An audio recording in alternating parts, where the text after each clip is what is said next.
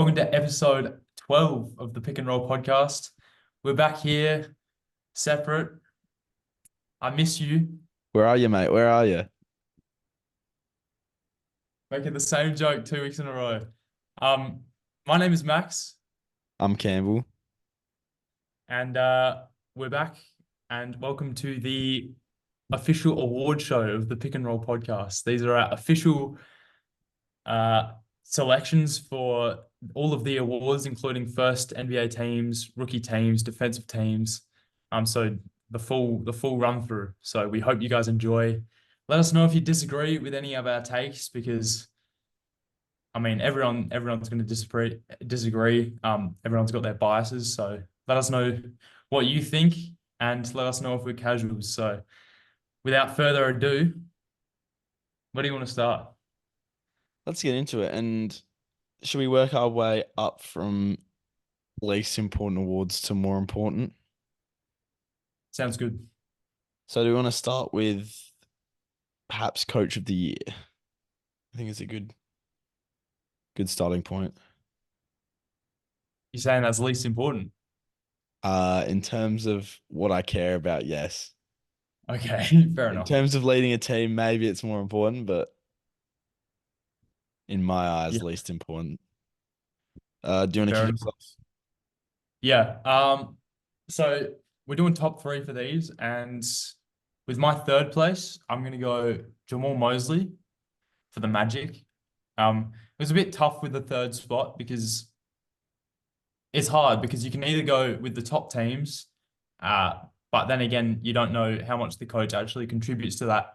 E.g., the Nuggets, who are just a really well-run system, and they've been that for the last 2 years. They're the champions last year, so I wouldn't really count those sorts of teams in this running. So I'm going to go the Magic because they exceeded expectations, and it's just a really well-run team. So that's three. Two is for me the Minnesota Timberwolves, and it's going to be a toss-up between 2 and 1 for Chris Finch, for a lot of people. Um, and that's because Minnesota have improved so much. Not as much as this first team that I'm going to say. In fact, I've probably just given it away. I'm going to go Mark Daigneault for number one. Two very sort of similar teams in terms of exceeding expectations. But in my opinion, OKC, I had play-in expectations for them, not literally the number one seed in the Western Conference, the better conference. So it's just easily Mark Daigneault for me because he's just done his thing this year. He has. Um, yeah, I had something pretty much very similar.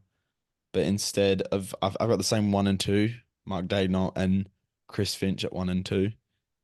But I'm gonna put Joe Mazzulla at three, just because I think the season the Celtics have had, it's kind of everyone knows how good the Celtics are, but I also feel like it's kind of overlooked in aspects.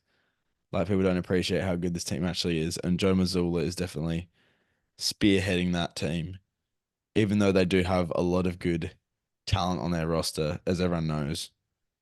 It still takes a lot of work to get that team functional and get the chemistry rolling. We've seen, I hate to bring up the Bucks all the time, but bringing Dame and Giannis together, the coaching there hasn't been up to standard, and we've seen what happens.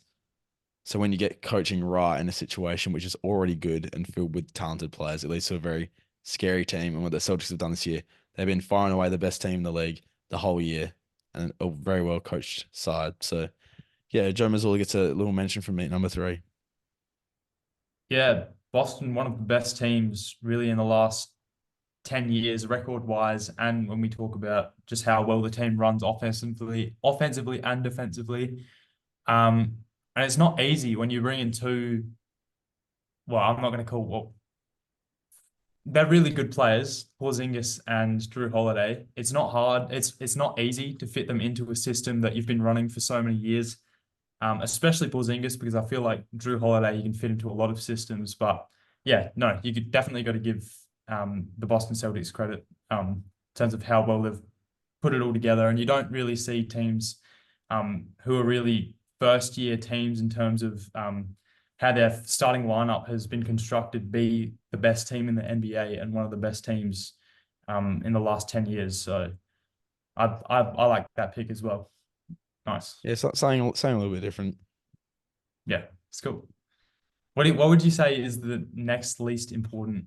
Personally, I would probably say clutch, Yeah, clutch play of the year. it probably would be clutch. Who who you got? I did it first last time. I want to hear yours first. Yep. So at number three, this may be biased, but I'm gonna put Dame in at number three, even though he hasn't had the season stats wise or winning wise, or the season that most people thought he was gonna have. He has had some clutch moments. Take us back to the Kings game winner. That's really the moment that starts it for me. And he's had a lot of games this year coming down the stretch when he is shooting efficiently that he ends up winning the game. Dame time isn't just a nickname. It's the way he plays. And yeah, it's a pretty big gap between I feel like the top two in this award and Dame, but it's still Yeah. worth a mention at number three. And then at two, I have DeMar DeRozan. And then number one, I have Steph Chef and look at Curry, man. It's just interesting because I feel like from doing a little bit of research, DeMar and Steph have flipped as the season's gone on in terms of odds for winning this award. But even at the start of the year, I don't know if we didn't have the podcast at the very start of the season, but I felt like I knew Steph was gonna win since like the very start of the year. But he's been great pulling out wins when the Warriors need it. I think back to that game against the Celtics where he hit the night, hit that deep three over Derek White and hit the night. Clutch Mhm. is big when his team needs him. That's all you can really say. And yeah, there's not too much else to this award other than do you play well in big moments? Do you hit clutch shots? So it's gonna go to Steph. Nice. Yeah, I feel um like you said, the top two have pushed a bit of distance between the third place. The top two are sort of in conversation, and the third one's a bit up in the air. So with the third, I don't have a whole lot of reason behind it. Um, just apart from the fact that I think this guy is extremely clutch, and when clutch comes to my head, apart from the top two, this is the sort of the third guy that comes to my head, and that's Shea.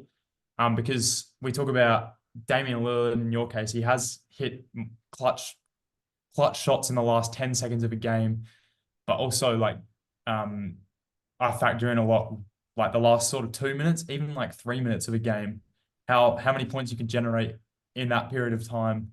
And we've got Shea, who I don't have the stats, but I just know that he's a really good last 3 minutes, bring your team to a win.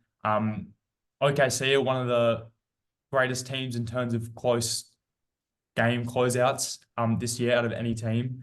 And of course, you gotta say that Shea would definitely be the biggest factor because, of course, the ball will be in his hands almost at all times. And then I've actually dove into the stats because I wasn't You sure wouldn't between the believe it. last. You wouldn't believe he's dove into You the wouldn't stats. believe it, but between DeMar DeRozan and Steph Curry, I couldn't do the same thing that I did with Shea because it's very close in my opinion between them. And I'm actually gonna edge DeMar DeRozan a little bit above Curry. Really? And we were talking halfway through the season, we were talking about how Curry we thought would run away with this award. I remember one of our first episodes together. It was Curry was the clear winner for this. Until DeMar, he didn't really hit any. He hit a couple game winners, but it's more again the last 2 minutes. When you look at stats, he generates the most points in the last 5 minutes of a game out of any player on average. And then you can also contribute this to like, of course, it's close games, and maybe the Bulls get into more close game scenarios than the Warriors because they're not as good as a team. So you're gonna get these closer margins. But he averages 4.5 points, 50% field goal percentage, 46% three-point percentage, almost 50% three-point percentage in the last 5 minutes of a close game. And he scores 4.5 points in that time period. While Stephen Curry almost the exact same, 4.4 points within 5 minutes of the end of the game on 50% field goal percentage and 45% from three. So I'm sort of factoring in the fact that DeMar isn't as good throughout the whole period of gameplay, throughout the period of a game. Of course, he's not a very good 3-point shooter. And so shooting 46% from three for him in the last 5 minutes is a bigger jump than what Curry would. So that's pretty much what I'm going to base my ranking off of. Um, and then Yeah, also like I said before, the way that DeMar has carried the balls to those wins is also similar to the way that Curry has carried the Warriors because obviously both teams in the play-in very similar scenarios. Obviously, we'll say that the Warriors have played better as a team this year than the Bulls have, but still very similar roles to Rosen and Curry have played in terms of this award on both their teams. yeah, just get the ball in their hands for the most part. And then the final to cap it off, I'm going to say, I'm just going to add this, the plus minus in the last 5 minutes of the game. Um, DeMar DeRozan has a plus minus of 2.4, while Curry has a plus minus of 0.5. So stats wise, it's DeMar's the winner. Oh, not by a landslide or anything like that. It's very close, but that's just what I'm going to use to put him over the line. That's fair enough. I've no qualms with those, mate. Qualms, I love that word. I love using it. It's a great word. It is. Um, So what do we want to do next? What do you think? I think let's do Rookie of the Year because I feel like this is pretty set in Yeah, stone. I feel like. definitely. I didn't even write a list for that, so this is off the top of my head as well. But I think it's Okay, top you three. go first. I want to see if you make any mistakes. Nah, you shouldn't. It's pretty self-explanatory. Pretty straightforward. Um, I know. Okay, I'm gonna say that the top two is obviously Chet Holmgren and Victor Wembanyama, Obviously. obviously. But in terms of the third place, I'm actually gonna do a brief bit of research because I don't want to completely mess this up. Let me hear Okay. your third. Yeah. Okay. My third is Brandon Miller of the Charlotte Hornets, and I feel like that's a pretty straightforward pick. Obviously, I'm has gonna stepped I'm up. gonna pick that as well. Yeah, he's obviously stepped up for the Hornets in a year where they've been terrible. They've had a lot of injuries, a lot of issues, but he's managed to string together a few wins and put up some very consistent stat lines, which if you're the Hornets, you're very grateful for. A lot of people during the draft were saying, "Oh, why didn't the Hornets take Scoot, etc., etc." We were just talking about last episode how he said his goat was PG. People were clowning him for that, but if he's going to keep playing like this, he can do what he wants. Give him the keys to the city. LaMelo, if LaMelo stays injured, Brandon Miller might be the player that has to lead this team come the next Mhm. couple of years. So yeah, I think he very deservedly takes out the bronze medal here for that award. Yeah, I completely agree with you. He's second in terms of rookie points per game at 17.3. But I also want to give a shout out. First of all, a lesser shout out, but still a shout out, GG Jackson, who has a big role, and that's why he's also extremely efficient and a great player, and he will be a great player.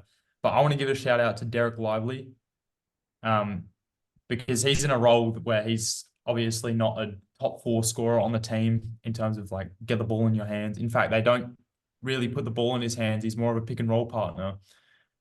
But he's so impactful on a really good team and a team that people think that can go really deep into the playoffs. And he plays like a veteran. So he's almost the most I would other than Wemby, he's probably the most polished player that I would say out of this rookie class. And he's just fit like a glove into the Dallas system. So, shout out to Derek Lively. Shout out, excuse my yawning. It's late here again. It's like we got to balance the times The time because zone I'm, differences. I'm in Italy, by the way. I don't think we've mentioned that. I'm in Italy and he's back home in Australia. So, I'm still here. You left me behind. He's living the lavish life. Flex on them real quick. Okay, what are we gonna do next? Do we reckon? Um, what do you think about sixth man of the year? Okay, we can do six man. You you go first this time. Okay. Third place is for me Bogdan Bogdanovic for the Hawks. Because in terms of impact, he's one of their most impactful players, including DeJounte Murray and Trae Young. When we talk about consistency coming off the bench, yeah, so off the bench averages 17 points per game, 3.4 rebounds, and 3.2 assists. So averaging those stats off the bench and being so impactful puts him in the third place for me. Um, and then second place, I would go. It was a little bit difficult, but I'm going to give it to Nas Reed because the Timberwolves was one of the best teams in the entire league. And when you talk about Nas Reed, super impactful for them. Since Karl Anthony Towns has been out, it's really pushed him up in these standings as well because he's been more impactful, hasn't really impacted the team negatively in terms of record. So Nas has been extremely important for them off the bench and giving them really good minutes. So he's going to be my number two. And then number one is someone who I think ran away with it a little while ago. But it's Malik Monk because he's just really good. No other way to That's what I got. explain it. He's really good, and we've spoken about him before as well, multiple times, and just really impactful, really efficient, and gives you good minutes off the bench when your stars are out. So that's what I got. Yeah, look, I had the exact same list. So you pretty much rounded up everything I was gonna say, but also I want to give a little special shout out to Bobby Portis because he was someone who I was considering for the third spot also because he's been Yeah, really crucial in winning games for the Bucks this year, especially when Dame hasn't delivered Giannis, or Dame has been out. Yeah, or Giannis has been out. Giannis as well. When Giannis has been out, he's been almost. I don't know the exact stats, but I know that he's put up 30 points on multiple occasions since Giannis Yes. has been out. So Shout out Unk. shout out the young. Yeah, so that's pretty much all I wanted to say about the six man of the year. Do you reckon we do most improved next? And I'll go for this one. And at the third spot, I have J Dub, Jalen Williams. Very deserved. He's been a crucial part of this OKC team and why they've been so successful this year. And he stepped up. I don't know if people expected him to take this big of a leap. I'm gonna say probably not. And yeah, it's been integral to the success of the Thunder. You know, Giddy's taken a step back in terms of offense, and J Dub's really filled that hole. Along with obviously the addition of Chet, they're just a very well-rounded team, and their bench depth is good. But J Dub has been a crucial part of that. And you said you had them top five in your NBA duos list, mate. So you can see I the stand by that. he stands by that. Check out that video after this one. 1 week ago, check it out. And yeah, and also on both sides of the ball, like you were talking about in that list, as a defensive pairing with Shea as well, has been crucial for the Thunder. So yeah, I think he gets three for me. And then number two, I really wanted to put him number one because I've been harping on about him all year. But that's Kobe White of the Chicago Hmm. Bulls. And he's just been sensational for the Bulls. Him and DeMar are the only reason the Bulls are, a playing team at all, anything close to Hmm. it. Hmm. Um, he's expanded his game from averaging 9 points to around 18, 19 points per game, which is just sensational. Um, he's become a better handler of the ball, better playmaker, just really exceeding expectations in all facets of the game, really. And then I have to give you your flowers, mate, because my pick is Tyrese Maxey for the most I'm improved glad you player. picked him over Kobe White. Because, It would have been a knuckle sandwich if not.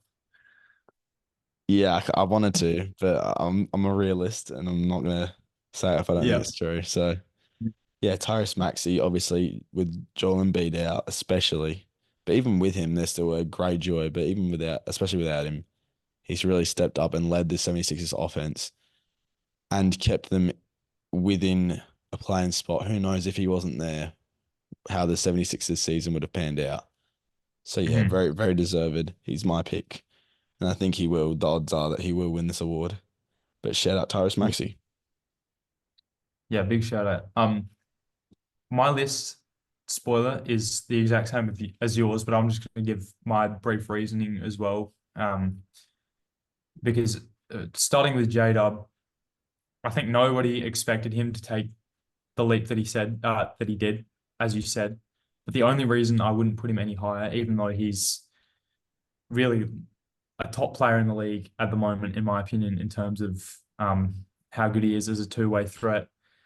Um, but the only reason I wouldn't push him higher in the standings would be because he's gone from a rookie season into his sophomore season. So you can say you expect that jump from a rookie to a sophomore because obviously you've got the games under your belt, but nobody expected him to be averaging pretty much 20 points per game behind one of the best players in the entire league, MVP candidate, and being the number one again, the number one seed in the Western Conference. Nobody expected that from OKC, and nobody expected this jump from Jalen Williams. I would have had his cap and an all-star throughout his career, but he's like, as a player, he could be a borderline superstar, in my opinion. I think a lot of people would agree. Um, he's gonna get paid in years to come, because he's so valuable. Any team needs a two-way threat. And with the defense he provides, and if he can add spacing to his game, then he could be one of the most valuable pieces in the entire league. So, yeah, J-Dub at number three. Number two is Kobe White for me. As I said, we got the exact same list. Yeah, he's jumped from 10 points to 19. So really stepped up in his offensive load. Um, and Kobe White this year has been sort of the player that I expected that he would be a couple of years ago, because when he was drafted, I was really high on him, but I expected him by his third year to hopefully reach this point, and it's great. I'm really glad that he has eventually worked it out and reached the point that he is now. And I think he's only going to improve as well because he's still young. Once he has a better team around him, more spacing, you see how players um, their counting stats become better once they've got better teammates around them, because obviously there's more spacing on the floor and less attention on them. So once he gets more offensive threats around him, I think he's going to even get better. And the Bulls, even though they're in a bit of a bleak situation, I think they could turn things around if you get the production out of your young players, depending on how they draft as well going into the future. Um, and my number one is Tyrese Maxey, which I'm so happy about. I think he's going to be a superstar in the league for years to come. He's jumped from 20 points to 26 points, so less of a points per game jump than Kobe White. But you need to factor in the fact that Kobe White has played 13 more points at 13 more minutes per game than last year, whilst Tyrese Maxey has only increased 4 minutes per game. So it's a huge increase from minutes from Kobe White and not much from Tyrese Maxey. So if you go third per 36, then it's by a landslide It's that not even a Maxey, question. yeah, no.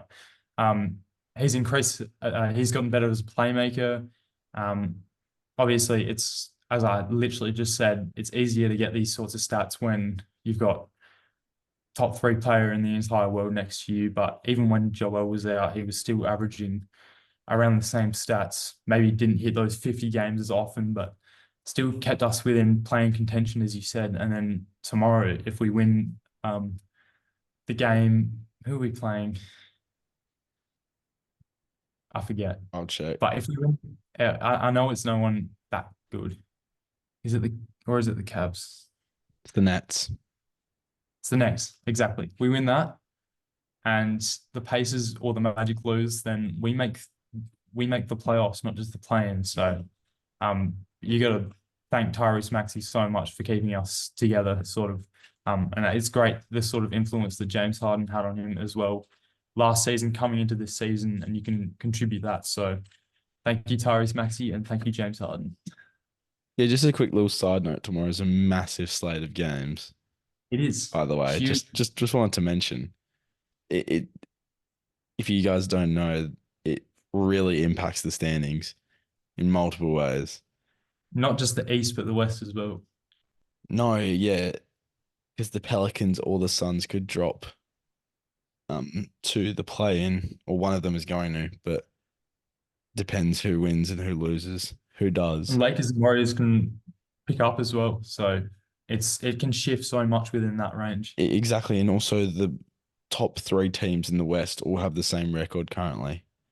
So to Uh, see who secures that number one seed, that's also integral in the matchups and who's going to end up playing either the Pelicans or the Suns if they you finish see the third. other day, at the Minnesota game, they had the Denver live score on the Jumbotron, No, I and didn't. fans were like cheering and cheering when they found out that the Denver Nuggets lost to Spurs.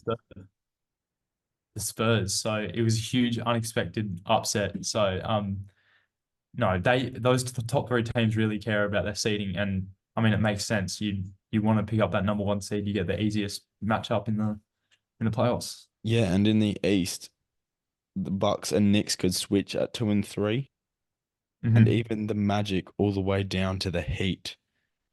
The 5 seed to the 8 seed could switch around dramatically, which is just Ah, insane on the last day of the season, the I regular love it. season. Yeah, so I'm just excited. want a I'm going to be out watching. quick tangent to talk about that. But yeah, next up, I think we're going Defensive Player of the Year, and kick us off, Matt. Uh, at three, it was a little bit hard because I've really been thinking about, well, I think the number one is, I think it should be consensus, but I'm going to give third to AD because he's played the most minutes that he's played for years. He's been Mr. Inconsistent, and now he's finally picking up consistency and really impacting the way that the Lakers play basketball.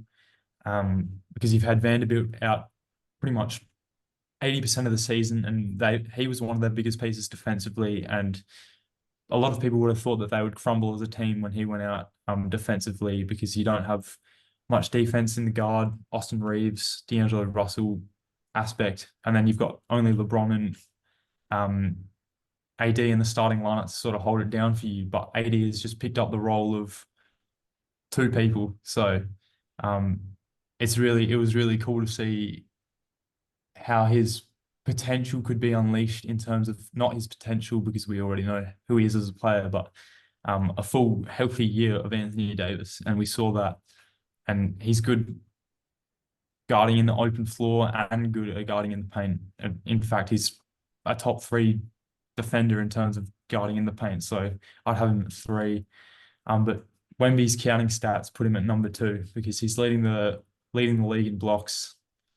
First player to do it since Tim Duncan, and he's a better defender than I think almost everyone thought he was going to be. Personally, I would have put his predicted blocks per game sort of at two, maybe a steal, but he's like exceeded expectations, especially as an open floor defender as well. And then we see him, just the fact that he's in the paint scares off defenders. I don't know if you saw the other day when, I forgot who it was, might The have been the Timberwolves on 3v1. fast break. 3v1 fast break. They just couldn't figure it out. And Wemby almost got out and contested a three-pointer off of like 2 steps from running out from the paint. So no matter where you are on the floor, he can defend your shot within a matter of seconds. So um, the only thing that doesn't put him number one is the record and the team's defense as a whole, because you can't be a bottom five team in the league and have a defensive player of the year. I don't think the stats make up for that sort of compensation. So that's why I've got Rudy number one, because even though he's not good in the open floor, um, his team is a good team. Again, we said top three in the West, could be number one in the West by tomorrow. And he's an incredible shot blocker, and just the presence alone, he's won it 2 times in the past, and we see it again. He's just the best defender in the league in terms of within 10 feet. So hands down. Yeah, I hate to be so agreeable, but we have the same again. You got Yeah, 83rd? yes, 83rd as well. And then yeah, just to summarize quickly. Yeah, Wemby averaging 3.6 blocks a game. Insane. I can't remember when the last time was that we saw that amount of blocks per game. And normally you'd think that player would lock up Defensive Player of the Year, but just really Gobert, just anchoring that Timberwolves defense. People were counting him out after they had a disappointing last year after the trade was made, but it's really showed why they ended up doing that. And even me, I was a hater of that trade at the time because I thought they Hmm. gave up too much. But, I'll shut my trap because they've really pulled it together. And the addition of Rudy Gobert has made them a much better team. Yeah, Hmm. Wemby, he's probably going to win about 6 Defensive Player of the Year awards in a row from now on. So who really At cares if least he misses out on he's this one? only. It's crazy that he's only going to get better. This is his worst year in his career, probably, except for Probably if he until plays until yeah, he's until he's 40. an old fart. But yeah, that's It's crazy. crazy. Hmm. I can't believe that. Yeah, so Um, pretty much same list, same reasoning.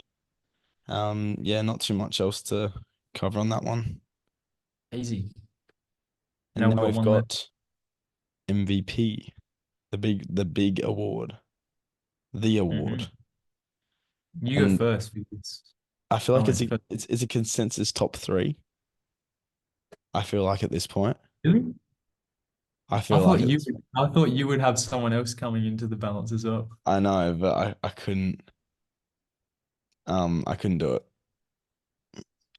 I hate it. I hate it. Sometimes you But gotta let go of the ones you love. So. you do, and for that reason, at my number three, I've got SGA, Yep. and Nice. it's just factoring in the Bucks' record and the dysfunctionality they've had all year, and the fact that the other three candidates have better records than the Bucks. That's the only reason. Because Giannis has Hmm. played at a phenomenal level. He's played a great efficiency, putting up the most amount of assists per game he's put up in his career, showing off his playmaking more. And the Bucks, the team hasn't got the memo. They haven't won enough games. They But won 41 games, and I think Russell Westbrook's OKC Thunder won 46 or something. Only 3 wins between them, and people were arguing the fact that he shouldn't have won that because of their record. But again, it was a historical season. But I don't know if Giannis has had, even though he's had really probably the best season in his entire career. Um, you can't. You, it just yeah, it's just no, not no, you historic can't. enough, I unfortunately. really hate I really hate that I can't do that. Push my Yeah, Bucks agenda any more than I already do. it's tough. But yeah, that just shows the amount of talent in the league because this is better than both of Giannis's MVP seasons, arguably. Not in terms of team, but in terms of individual playing, which is just insane, to be Mhm. honest. And if we can take into account that Jojo has been injured the whole year as well. Like Yeah, that's imagine who knows what could have happened, to be honest. yeah. Um, but at number two, I have Jokic. And at number one, I have Luka Doncic. And I've been Ooh, converted because I've probably said something about this on the pod, but I just didn't think the Mavs had the team record for Luka to win it at all, especially when they were sitting in that eighth seed. And then as they've risen up the ranks of the standings, I've been more and more convinced until now I've finally, been like, Luka is the MVP. The numbers he is putting up, he's nearly averaging a 35-point triple double. That is so insane to me. Like it's if you see a player who has a 35-point triple double on any given night, that's just insane one-off coincidence. But he's doing this every single night without fail, and he's helped lead the trades that the Mavericks made really helped, and he's leading this team from out of the play-in into a playoff spot in a series where they could cause some serious upset and cause some ruckus. if you Yeah, will. so yeah, I've been converted. It's not like I don't like Luke or anything.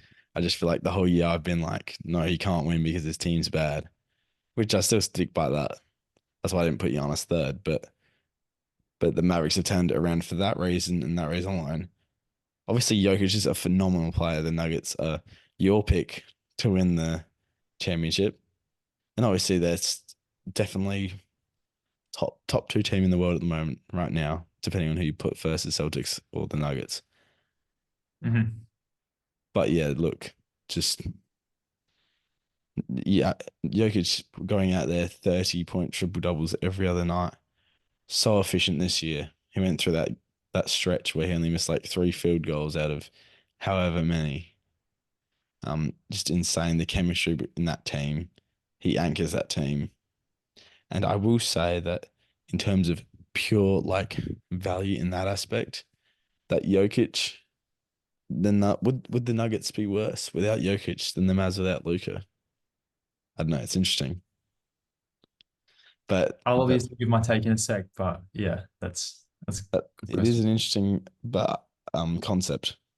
But I think Luka just statistically too much to ignore. The team now has the record to back that. So Luka is my pick for the MVP. Do I think he'll win? Probably not. But do I hope he wins? Yes. Yeah, I hope he wins only because Jokic already has two. Because I mean, Luka, in the past 2 years, I would have had him as my MVP prediction. And it's a bit disappointing to see that he would probably be most people's second, even though he's had, again, you said 35-point triple double. If before the season you hear that someone this season would have a 35-point triple double, everyone would just be like, oh, that's going to be the MVP. There's no questions about it. But like you look at the top three or four, and it's like you can't, first of all, when we talk about the top three, you can't say anything negative about these guys because they're also like sort of tight in terms of the MVP race. And they're the best players in the world. Like I'm not going to sit here and I'm not going to say anything bad about these players. I'm going to give you a reason why I think one person should be the winner, and I feel like you got to stick with one thing as your main sort of factor why you think someone's going to win the MVP, and that's why I've got this guy at number one. But I'm just going to say my list. I've got three Shea as well for the same reason as you in terms of Giannis and him.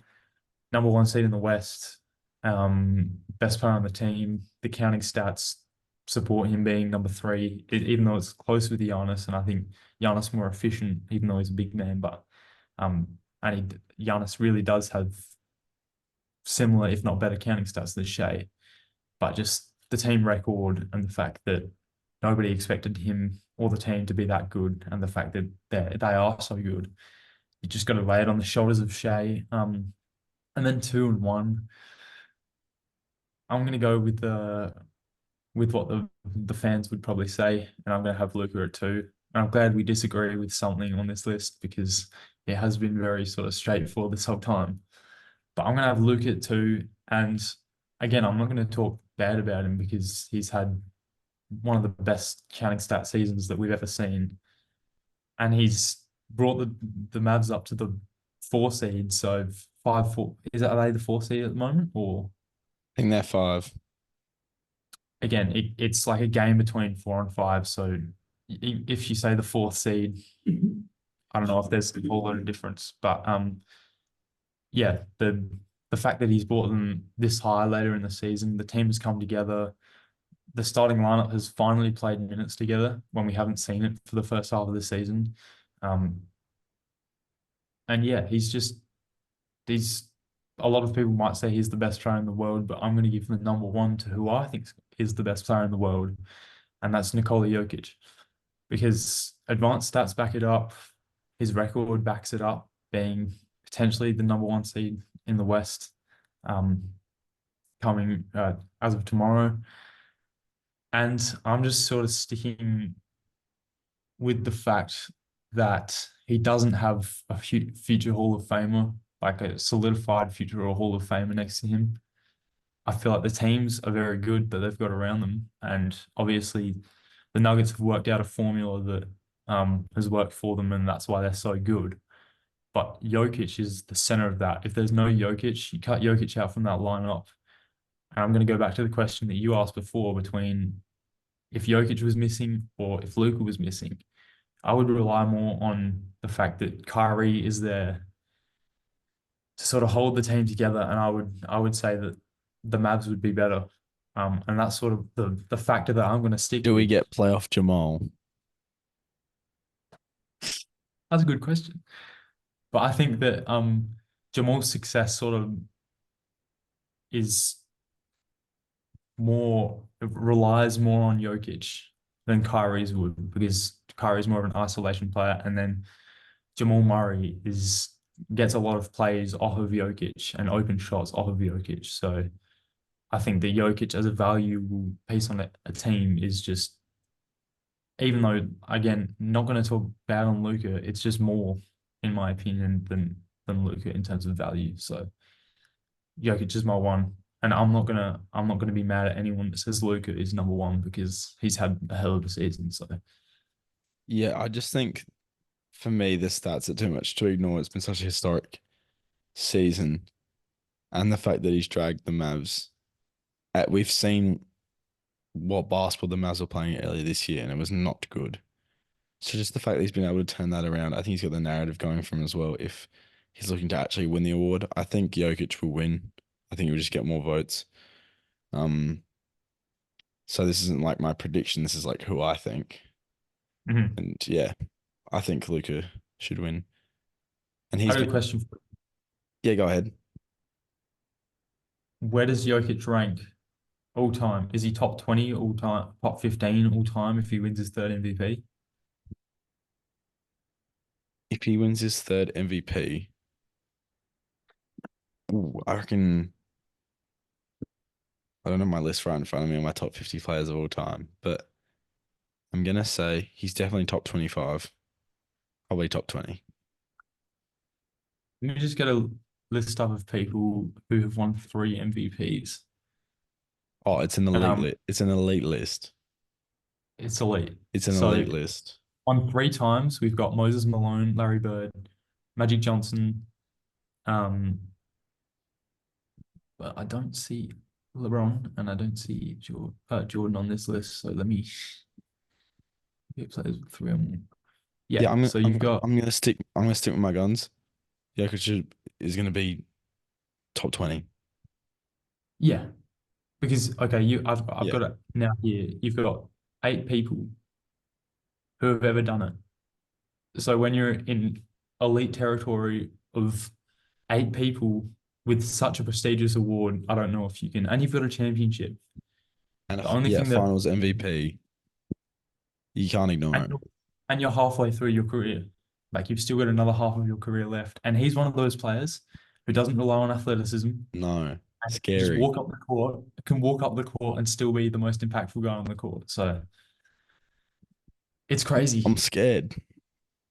I'm frightened because you put Luca on that team because they're such good friends. True. That's six It'd be over championships. for the league. That's six championships. So We always say personally, when players team up that it would be over for the league, but if those two actually teamed up, it would be over. it'd be unfair, and everyone would hate those two players, even though they're separately, they're so lovable. Together, nobody's gonna like them except Yeah, for exactly. Mavs Nuggets fans. But I asked you the question, but I'm gonna answer it myself. I would if you won three MVPs, I'm definitely going top 20 because you can't be in that elite of company. But then again, championships matter the most to me, at least in my criteria. So winning one championship isn't. If he won two, if he wins this year, wins a championship, wins an MVP, he's top 15 for me. Yeah, He look, might even be probably higher. He I'm looking might at be higher I'm than looking at my Durant. list and does yeah, he would jump. So if I have him top 20 to get top 15, he'd jump David Robinson, D Wade, Moses Malone, Julius Erving, Jerry West. And yeah, if he gets a second finals MVP, I think he does that. I think it's Hmm. pretty safe to say. It's just in terms of if people value consistency over time, because obviously he's still partway through his career. That's what someone Um, like D Wade would have over him, even though no yeah, MVPs, exactly. championships, and he's got the the consistency throughout his career. So But safe to say that Jokic will probably do it as time goes on. So as long as it's a pretty safe bet. yeah, yeah, of course. Yeah, nice. So that's So all that our individual awards. nice. Now we're gonna move on to the teams or NBA teams. We'll start with all NBA or What do you want to start with? Rookie mm, or I don't defensive? mind. Do you want to go from least important to most important? Yeah, we normally do. So Okay, I reckon we start rookie. I'll hear yours first. Okay, so because the teams have gone positionless, this is actually harder than other years to be like, oh, this player slots into this position. Yeah. But I'm going to go second team first. And my all rookie second team lineup consists of Kason Wallace, Osir Thompson, Brandon Pajemski, Keontae George, and Trace Jackson Davis is my all rookie second team. Unlucky to Mm, miss out would probably be um Amen Thompson because he has picked it up in the latter half of the year for the Rockets. Obviously started off a bit slow, played in the G League, had an injury, was coming back or whatever. But yeah, just a bit unlucky to miss out. I just think Trace has provided. He was kind of the one who was on the chopping block. Provided a bit more value for the Golden State Warriors this year. mhm. So that's my second team. Do you want me to say my first team, or do you want to say your second team? We'll do second, then first and first. Okay, So I'll yeah. go here. Um, I'm a little bit different to you. I'm gonna have Amen in that list. Um, I'm but it not mad was about that. I'm not mad about that. it's all very close. So I'm gonna have the brothers, Amen also in my second team.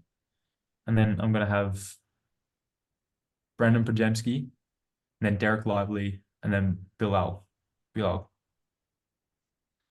But I wanted to include Gigi Jackson in there, but I couldn't bring myself to do it. It's so close. He's been There's good, but I yeah. just think these other guys have been better, unfortunately. It's the way the cookie He's a crumbles lottery. sometimes. And shout out Duop as well, Duop Reith. Shout out, do it, breathe. He's a rookie, even though Friend of the he's a podcast. friend of the podcast to some degree. Um, who you got first team? So my first team is Jaime Huckers Jr., Brandon Miller, Chet Holmgren, Derek Lively, and Victor Wet Bananas. Pretty self-explanatory. I think you had Derek Lively, your second team, but I think the rest of those are pretty locked in. Yeah. Um, I'm gonna include Victor Wembanyama, Chet Holmgren, Brandon Miller, Hami Harkes, and then I'm gonna slide Case and Wallace into that first team Wow. because it is positionless, so I don't really need to have him here. But I think just the fact that he stepped up so much as a rookie for one of the best teams in the West and provided such value there that I think if he had a role on a worse team, it would be much greater. So I'm gonna put it in there. Yeah, I just think that the addition of Derek Lively to the Mavericks, how efficient he's been, how well he's played his role, has just provided a bit more impact to the team, in my opinion. So that's why I just had him over Kaysen. Okay, fair enough. No Scoot, no Scoot No, in either no of them. Scoo. It's unfortunate.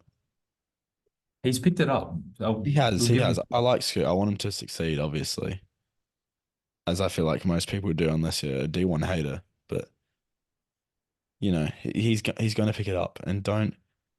judge first year guards by their stats. We saw this with Darius Garland, like I was talking about the other week, because it's such a hard position to play. You have to manage the floor. You're always going to have a high amount of turnovers, probably not shoot the ball efficiently in your first year. So give him some time. He can work during the off season, and he's still got the pieces to be a very successful player in the league. Um, that scouts didn't see something in him for no reason. I feel like as time goes on, it's harder and harder to be a bust because of the depth these scouts go into. I mean, touch wood, I hope he's not now. Now I look like an idiot, but I don't think he will be. I don't think he will be because we've already seen his value as a playmaker as well, even if he's not um, as productive as you want him to be as a scorer. Even though I think he will pick that up considerably, but I think he can be like a really good piece off the bench as his floor as a playmaker.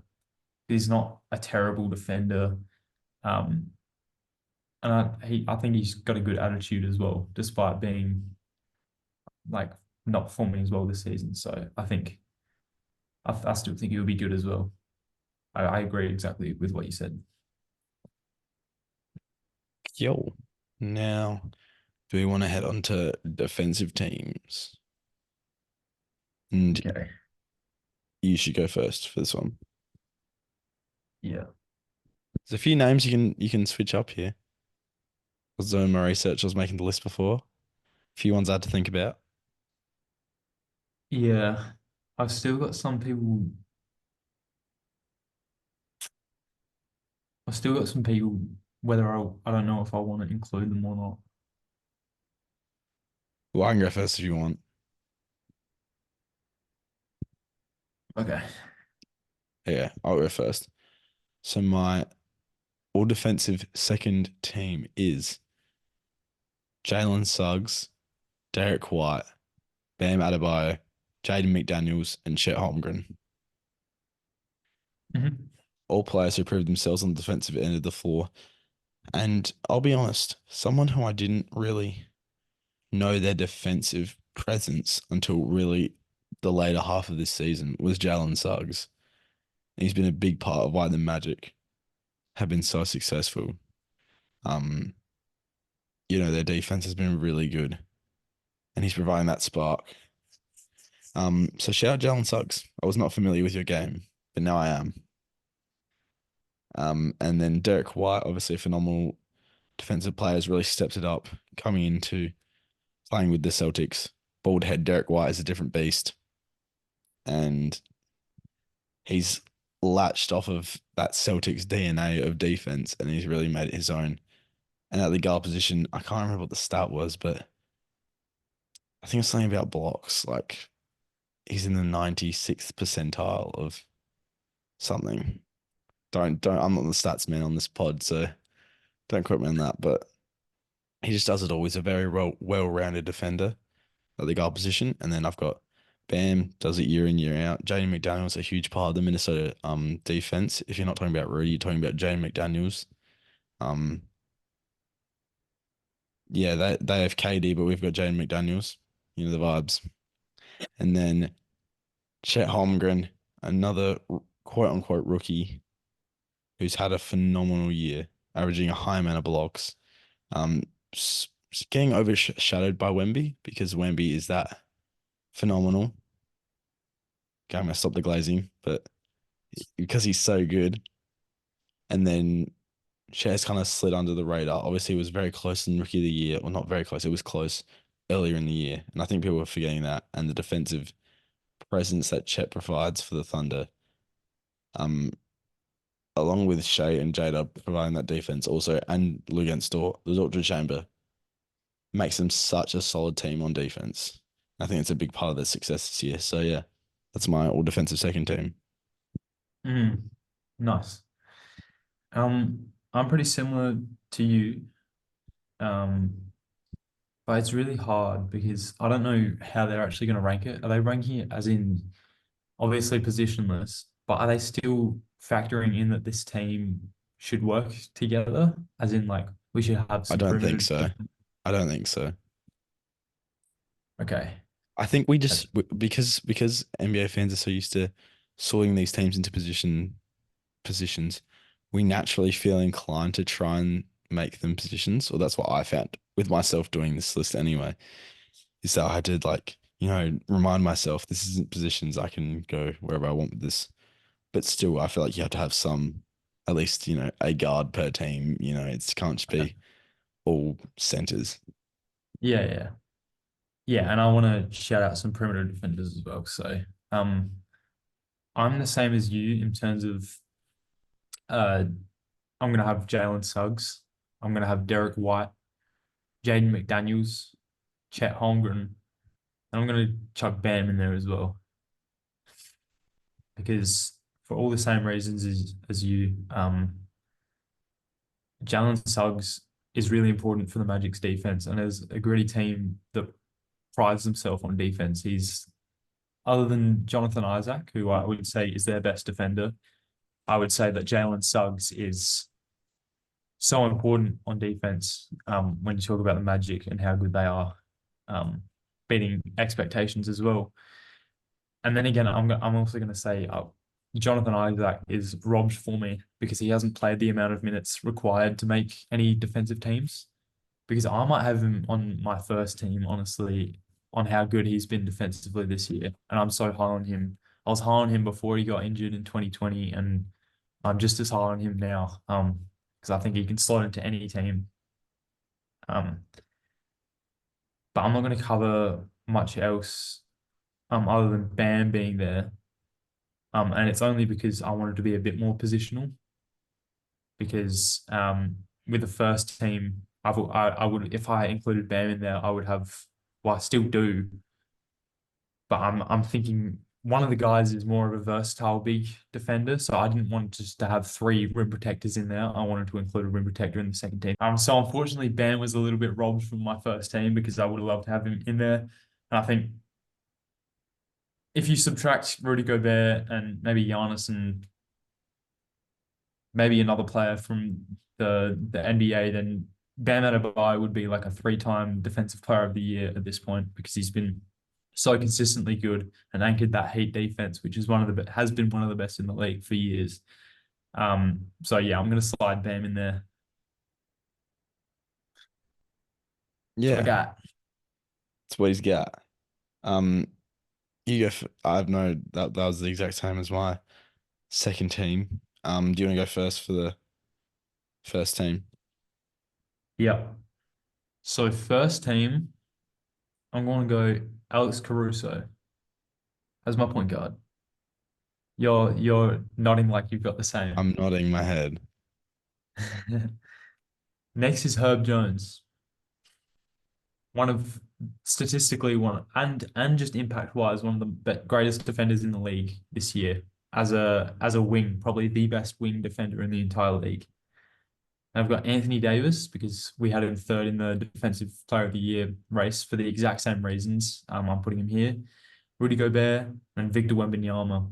I don't know when the last time rookie was in the all defensive first team, but it wouldn't have been any time recently. So big ups to him.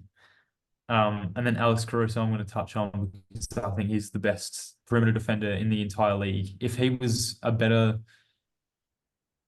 interior defender, which I don't think he needs to be, because as a guy of his height and with the impact that he shows in the open floor, um, yeah, he's one of the best defenders in the league, hands down. I just Yeah, wish he was better on the team. yeah, that's true. Better utilized. But we have the exact same team, both teams. Hmm. And you saying before, talking about Giannis, I was thinking surely there's a spot for Giannis on one of these defensive teams. But no, it's just too stacked, I reckon. I was thinking, who can I slide out? But I'm not gonna do If that. you're positional, then maybe. What's that? I haven't, if you're positional, then maybe, but I haven't looked into it. But positionless, I feel like unfortunately, there's too many people ahead of him. No, there's too many. And yeah, Gobert, Wemby, AD. Just massive presence in the paint. Herb Jones. Um, flies under the radar most of the time for the Pelicans, but is a big contributing factor to their defense and a very big part of why they've been so successful this year, even when people thought they weren't going to succeed as highly at the start of the season. But yeah, I agree with everything you said. We're very agreeable today. We've got the hive mind going. Which is great. We're a couple Honestly, continents away, mate, but we're still sending the. we're right here. It's like you're right here. That's it. Um, and I don't think too many people. The thing is, I don't think it would be this sort of black and white as well, like this agreeable for most people. So I find it very interesting that we've gotten so many picks similar. Other than the MVP, I think We we can talk a argue lot on. together, and we have the same environmental factors. We probably have access to the same games that we're watching as well. Mm. So, guys, comment down below. Yeah, we're gonna probably mention it later as well. But if you disagree with any of these and what we're getting wrong, what we're getting right, whose teams are better. But anyway, But also, let's if you move. made it this far in the video, because obviously we're over an hour in now, comment down below Hive Mind. Yes, please do. Show us you're still watching. Do a real one if you comment Hive Mind. Now, should we move on to our all NBA teams? Yes, I think that's a good idea. Um, who's gone first? I can go first. I'll go with my all NBA third team first. And this is actually a lot harder than I thought it was going to be because there are definitely players that I left off that I was like, they deserve to be an all NBA team. Hmm, And there's definitely agreed. players who are in the third team who I was like, oh, surely they're second team. But I just couldn't bring myself to do it. So in the Hmm, third team, I have Steph, Chef, and look at Curry. I have D Book, Jalen Brown, Kevin Durant, and Domantas Sabonis. And the two Suns players were the ones that was tossing between second and third team, but I think just them underperforming expectations this year.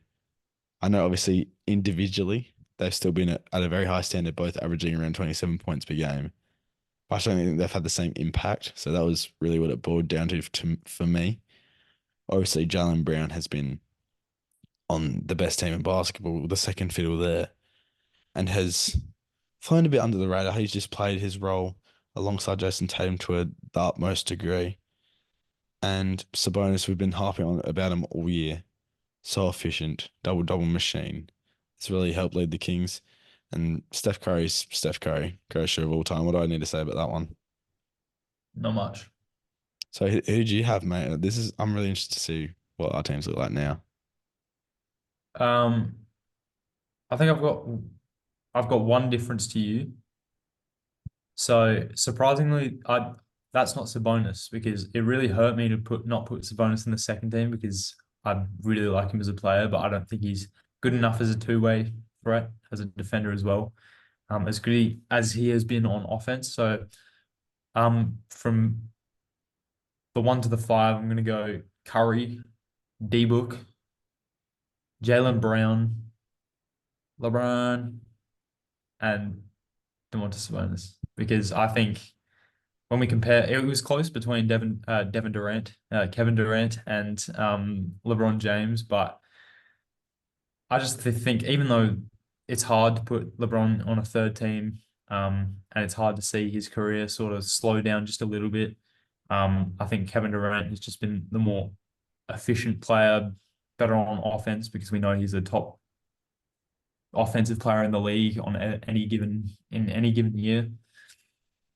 Um, So yeah, and obviously very close record wise. So it was hard tossing up between them, but I'm gonna go LeBron in that spot, and then same as you for Jalen Brown, because even though he is the second fielder, Jason Tatum on nights he looks like the best player on the team, even when Jason Tatum's out there. So you got to put him there. He's had a hell of a season. Devin Booker for the same reason, still a top three shooting guard in the league, despite the Suns underperforming, but he still has his nights where he's just unstoppable. Stephen Curry, for the same reason as you, it's just Stephen Curry. I could use the same argument for LeBron, but I think Stephen Curry at this point of his career is at least was for the first 3 quarters of the season was one like probably the best point guard in the league if you're not going to give it to Jalen Brunson. Um, and then yeah, so I've already mentioned Sabonis, so that's my third team. Yeah, we're more agreeable than I thought again, but yeah, I feel like yeah, it was between LeBron and KD who I put up and down, but in the end I decided LeBron. Um, I was gonna say just because of that team aspect, but still the Lakers aren't doing very well either. But I don't know, just really, really tossed a coin in my head. Yeah, it's Yeah. very on interpretation. Everyone's opinions will be different. Yeah, so should we move on? That means our second teams will probably be very similar as well, but do you want to kick us Maybe. off for that one? Yeah. So this guy, I literally about a minute ago called him maybe the best point guard in the league, but I'm just going to stick to the best point guard in the East, and I'm going to put him in the second team because you've got Shea and you've got Luka. So he's had an unbelievable season. Jalen Brunson has carried New York without Randall at times. Even with Randall, he was the best player on the team by far. Um, yeah, and nobody predicted he'd be this good and this impactful, leading the Knicks to such a high seed. Um, so he's in my second team. Next, you've got Anthony Edwards, because he had a breakout year this year and led that Timberwolves team to potentially the first seed. Um, so I'm going to put him there, averaging about 27 points per game. Kawhi Leonard is next for me because I still think he's a top three two-way player in the league. Um, his presence is definitely still felt defensively, even though he's not the defender that he once was. Sort of, he's still one of the best defenders in the league. And then as an offensive threat, as an isolation piece, he's there aren't many better that do it. And then Kevin Durant. So I'm not going to put LeBron there. I'm going to put Kevin Durant for the reasons that I said before. And then Anthony Davis as a two-way big man, defends in the open court, is one of the best shot blockers in the league. And then we've seen him play almost 82 games this season. So just we're seeing Anthony Davis at his full force. So he's had a hell of a year, and that's why I'm putting him in the second team. Health is wealth, mate. Availability is the best ability. It's one of my favorite Bars. sayings. Wow. Did you come up with that just then? No, I didn't. I could have claimed Yeah. it, but I'll be honest, I did not. But yeah, our teams are just the same except LeBron and KD are switched. Yeah, Jalen Brunson has been outstanding this year. He's led the Knicks, like you said, when Randall was injured, and he could take them to the second seed tomorrow potentially. We'll see how things go. So that could be a real big achievement there. Anthony Edwards, you need a. I was debating. I was like, do I put Anthony Edwards third team and put Devin Booker second team? But Minnesota, too good. Anthony Edwards, the spearhead of that team. You just can't ignore that. Mhm. And then Kawhi, we know what Kawhi's going to do, offense and defense. Um, Impact on the team massive. The Clippers have outperformed their start of the season and probably people's expectations as well as they're getting older. Most of that team, but yeah, he really stepped up. LeBron is LeBron. Year 19, you know the vibes. Wash King. Um, Greatness. no, he's still playing at an extremely high level. Still playmaking at an extremely high level. Um, People harp on about how he's doing this at such an old age. So I'm not gonna cap on that too much, but you know, sensational. And AD, we just had him as our third place in Defensive Player of the Year. He's been available all year, and that's the best thing for AD and for this Lakers team. Um, but yeah, that's my second team, and I feel like the first team is pretty much a lock. And we have the same I, f- I, one. f- I feel like most people, unless you're biased, if you're not a casual, Luca, SGA, Jason Tatum, Giannis, Jokic. No more needs to be said about that, really. Like, No, I had someone different.